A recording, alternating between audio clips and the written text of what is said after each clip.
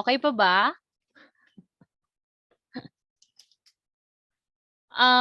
Again, if you have any questions, please try to ask. Wala po? Wala pa naman, ma'am. Okay.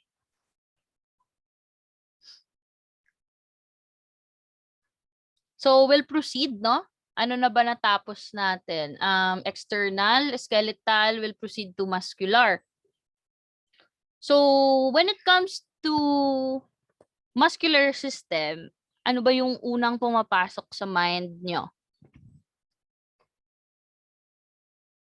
Anyone? Muscles, ma'am. Muscles. Okay, very good. Sa akin kasi abs eh. Ganon. Nang Ma'am, pumapasok. single ka po ba? Sino yung nagtatanong? Abs kasi naiisip mo agad eh. Okay.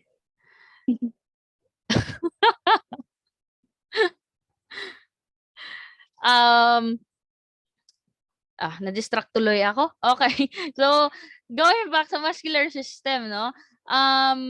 We have different functions of muscular system. Always ko sinasabi to na it's really important to know the functions, especially to read about the functions, no? Kahit like basic functions lang ng isang system. Because what usually the question would be is like, which among the following are or is the functions of muscular system? So ABCD na po yun. Okay, ABCD. And then sometimes the question would go like this. The following are the functions of muscular system except, so ganon yung setup ng question. So if you don't know what are the functions of muscular system or may other body systems, mahihirapan kayong sumagot sa tanong na yon. Lang sagot. Okay. So ganon. Kasi meron, for example, smooth muscle aids digestion. So when you read actually this function, usually iisipin nyo na for digestive system siya. Okay? So sometimes if you don't really analyze the question or the choices as well, mahihirapan kayong sumagot. Okay? So going back to the muscular system, these are the basic functions, no? Sometimes sa mga reviewers or sa mga modules nyo, medyo mahaba yung functions, then dito yung summarized parts na lang. So first off is it also creates movement, protects the vital organs, the cardiac muscle pumps blood, no? Muscle natin sa heart. And then the smooth muscles aids in digestion. Paano ba nasama dito si digestion kasi muscular yung topic natin, no? Remember that the visceral organs as well are composed of muscles. So if they're composed of muscles, then yung movement, no, ng mga visceral organs natin, the in charge of that movement are the muscles. Okay? So sa ating digestive system, ganun lang, for example, yung intestine, no, or like the stomach rather, merong movement yon. Okay? Movement na yon to prevent the going back or the flowing back of food pabalik sa ating mouth, no, para hindi pabalik-balik yung food. So the movement is called peristalsis. It's the movement in our digestive tract, no, to make sure that the food would flow pababa.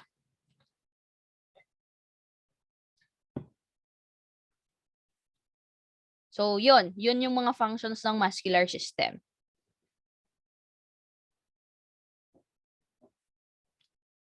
So dito, ano ba? I want you to be familiar that we have 3 kinds of muscles. Okay? We have the skeletal muscle. We have the cardiac muscle. and we have the smooth muscle. So let's go through them one by one kung ano yung difference ng tatlong muscles na to.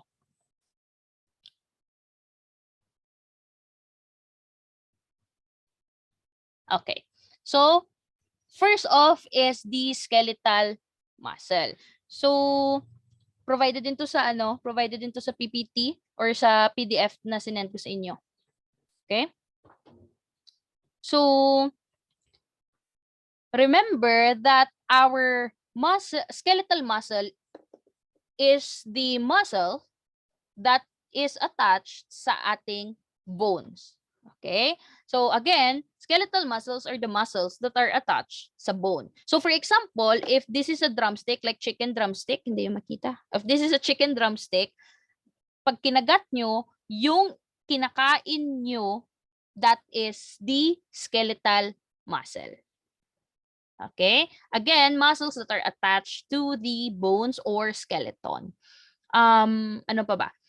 Skeletal muscles are voluntary in nature and straighted in nature. So, just to give you a better visual, this is what skeletal muscle looks like. So again, yung skeletal muscle natin, straighted siya, tsaka voluntary siya. So ano ba meaning kapag straighted siya? If straighted siya, meaning meron siyang mga elongated fibers and meron siyang striation. What striation signifies, no? Or ano ba implication kapag may striation siya? Like this one, oh. So if may striation siya kasi, it is related or associated to the rapid movement. So meaning, the more na straighted yung muscle, the more na yung movement niya pwedeng mapabilis. Okay? Or able siyang gumawa ng rapid movement. No? Ganon yung indication if straighted yung muscle. And voluntary naman, meaning ng voluntary, nakokontrol ng ating brain. Okay? The same goes with the animals. It could be controlled by the brain, depende sa impulse. Okay? Or voluntary. Okay? So, yon. I just want you to remember, para hindi nyo masyadong makalimutan, skeletal muscle is positive-positive. Okay? Meaning ng positive-positive, straighted siya, tsaka voluntary siya.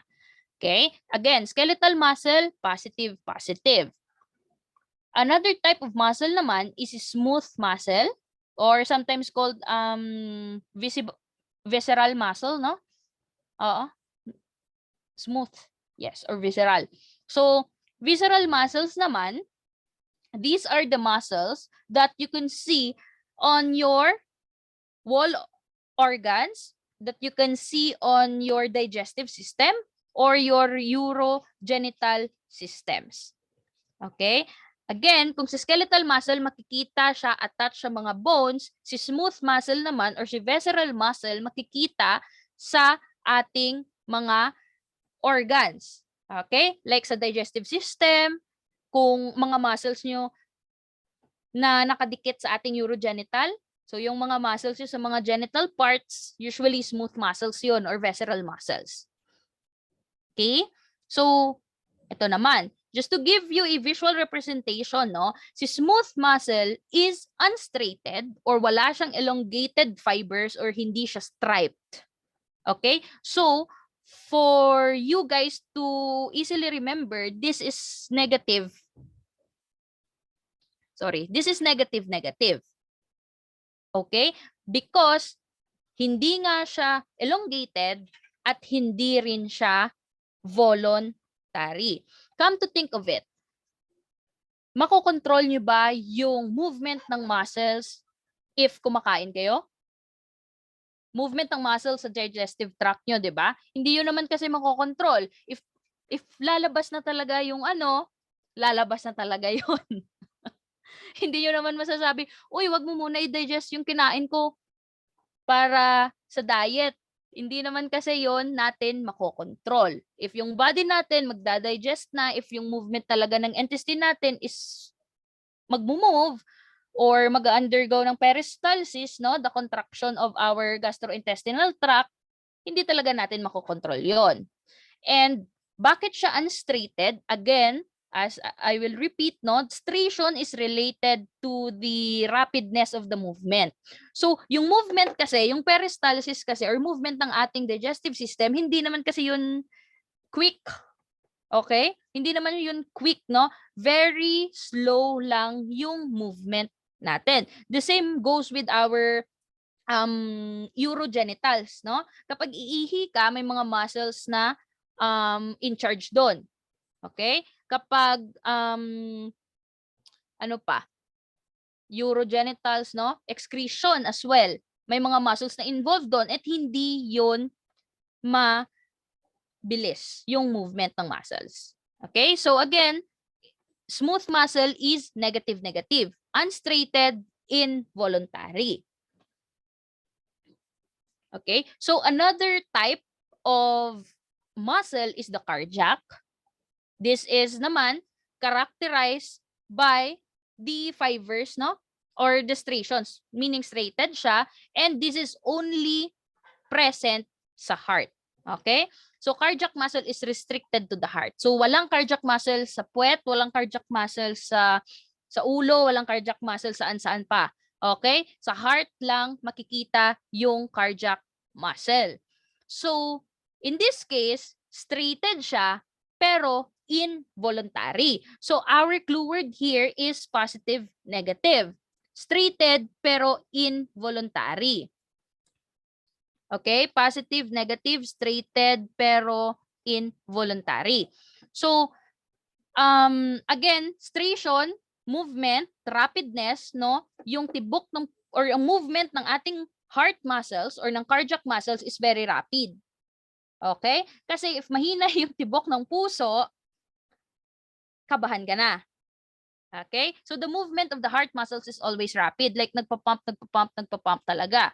And usually mabilis yung movement na yan because every millisecond, you need to have a blood supply. If walang blood supply, if hindi makapag-pump si heart, just on a millisecond, possible na makompromise yung mga organs mo.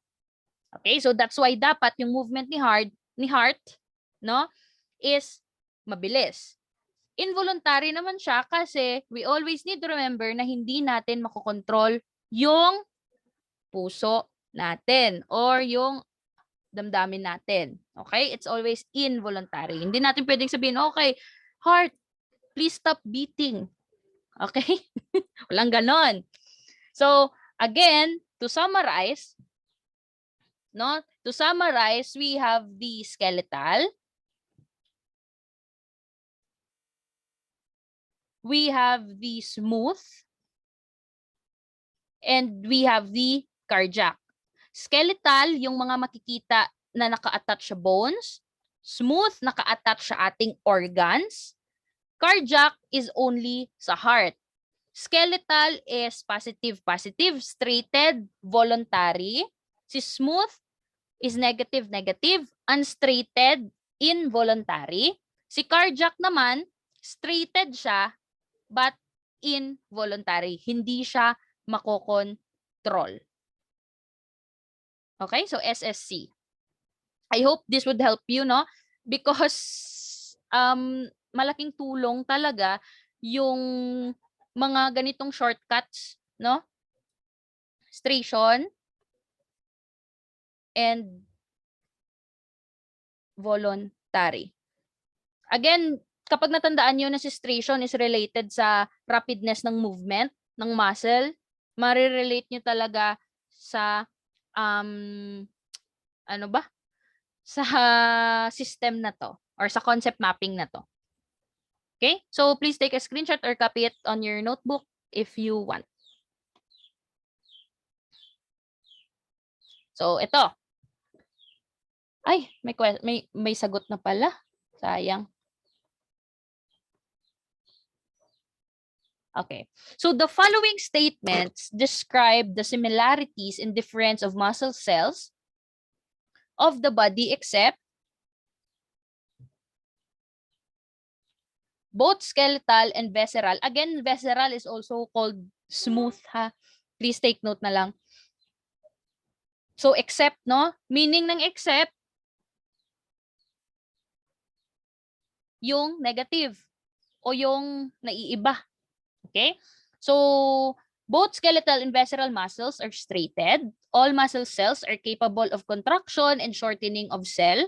Cardiac and visceral muscles are involuntary in action. All muscle cells are capable of undergoing hypertrophy. Okay. So, sino ba?